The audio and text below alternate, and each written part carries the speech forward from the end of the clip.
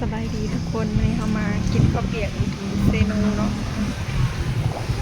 เอามาตลาดแรงเดือจ้ามาหาซื้อของกินอยู่เซนูเนาะมากันโดนว่า2:30แล้วยังไม่ทันได้กินข้าวเลย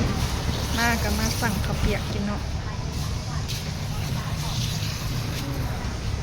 ได้แล้วทุกคนเดี๋ยวเราจะขอตัวปรุงก่อนเนาะตอนนี้ก็ปรุงแล้วเรียบร้อยแล้วเนาะทุกคนตอนปรุงก็ไม่ได้ถ่ายให้เบิ่งเนาะเข้ากับไม่ได้ถือพาน้ำกล้องมาเราก็จะตั้งตัวทีบไปแถวนี้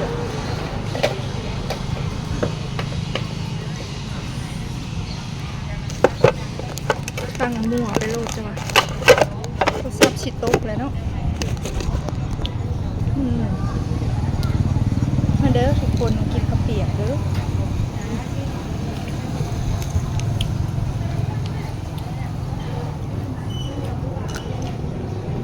มากินไก่ไหม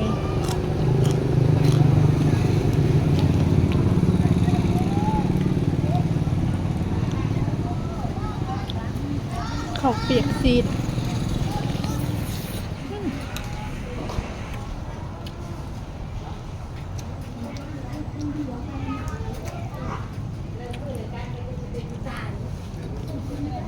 สิ่งที่ขาดบ่ได้คือหมักพริกกะปิ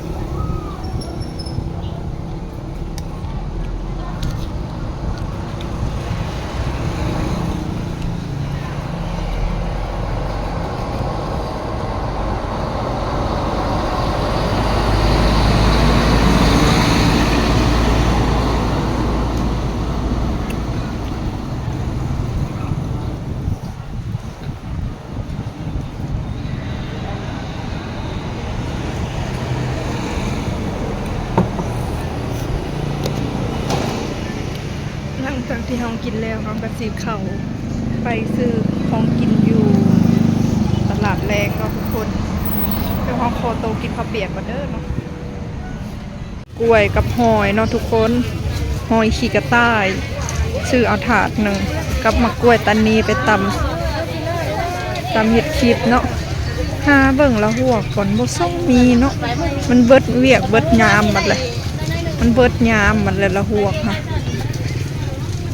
มีแต่หอยเหลือนี่แหละหอยเหลือยามนี่ก็มีเนาะเอียนนี่ผักคะน้านี่จะเอาผักคะน้ามัดชิ้นหานั่งผักยังเกาะผักยังเกาะนี่นะกัดหน้าโมเมนต์ผักคะน้าบ่อันนี้กัดหน้าของเต้อันนี้กัดข้าวเอานางน้องอันเดียวคนไทยคนหน้านะบ้านเฮาเราเดี๋ยวจักพันก่อนนี่นะบ่มัดเท่าใด15บ้านเฮาเราเกิดกัดหน้าเฮาละงุ้งเว้ากัดหน้าเฮาละงุ้งมาเดินบ่คือกันลูกมัดละ15 2 มัด30ซื้อไปเฮ็ด คะน้าหมูกรอบเนาะทุกคน ไม่เวียน นี่ตลาดที่เรามาซื้อก็ได้หมาก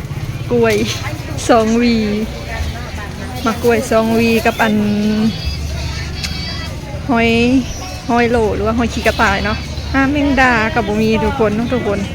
แมงดาหรือว่าละหวกเนี่ยเนาะเลาะไปนี่แหละคันบุมีก็คือสิบ่ได้เอาเลยเนาะมื้อนี้นะเลาะขึ้นพุ่มหาละหวกมันเบิดหยามมันแล้วละหวกนี่ค่อยคือสิบ่มีโอกาสได้กินแล้วแหละเนาะทุกคนฝนตกใหม่ๆพูนอันนี้มัน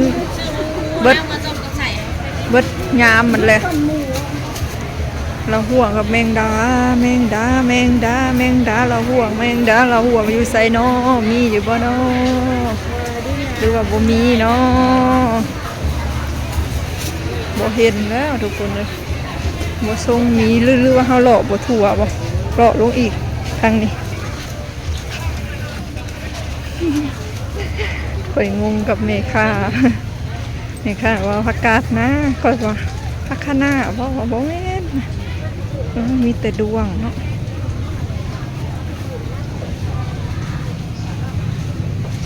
บ่มีซ้ำแมงดาข่อยกับละหัวเลาะหาแมงดาก็บ่มีซ้ำทุกคนเลยเลาะหาแมงดากับอันนั้นเลาะหาแมงดากับอันนั้นละหัวบ่มีเนาะบ่มีอ่ะบ่มีเปิดกับโบจักแม่สิเอาแล้วบัดนี้ก็ได้แต่มะกล้วย2 หวีไปตับกับอันหอยขี้กระต่ายตำนั่นหอยขี้กระต่ายแล้วก็หอยขี้กระต่ายแล้วก็อันเรียกว่าลืมเลยชื่อเองก็ลืมเองนะได้มะกล้วยกับหอยขี้กระต่ายแล้วก็มีอย่างซื้อเองก็ลืมเองกันซื้อมันกองไม่ทัน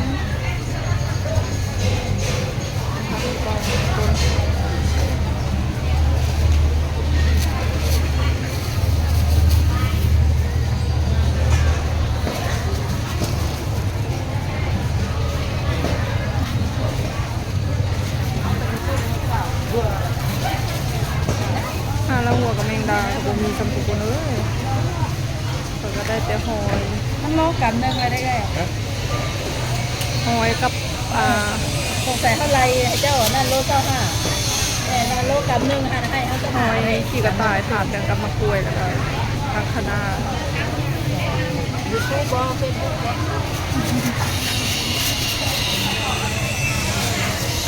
เบิดแนวซื้อเบิดแนวอยากได้อะไรทุกคนเลยโอ้โห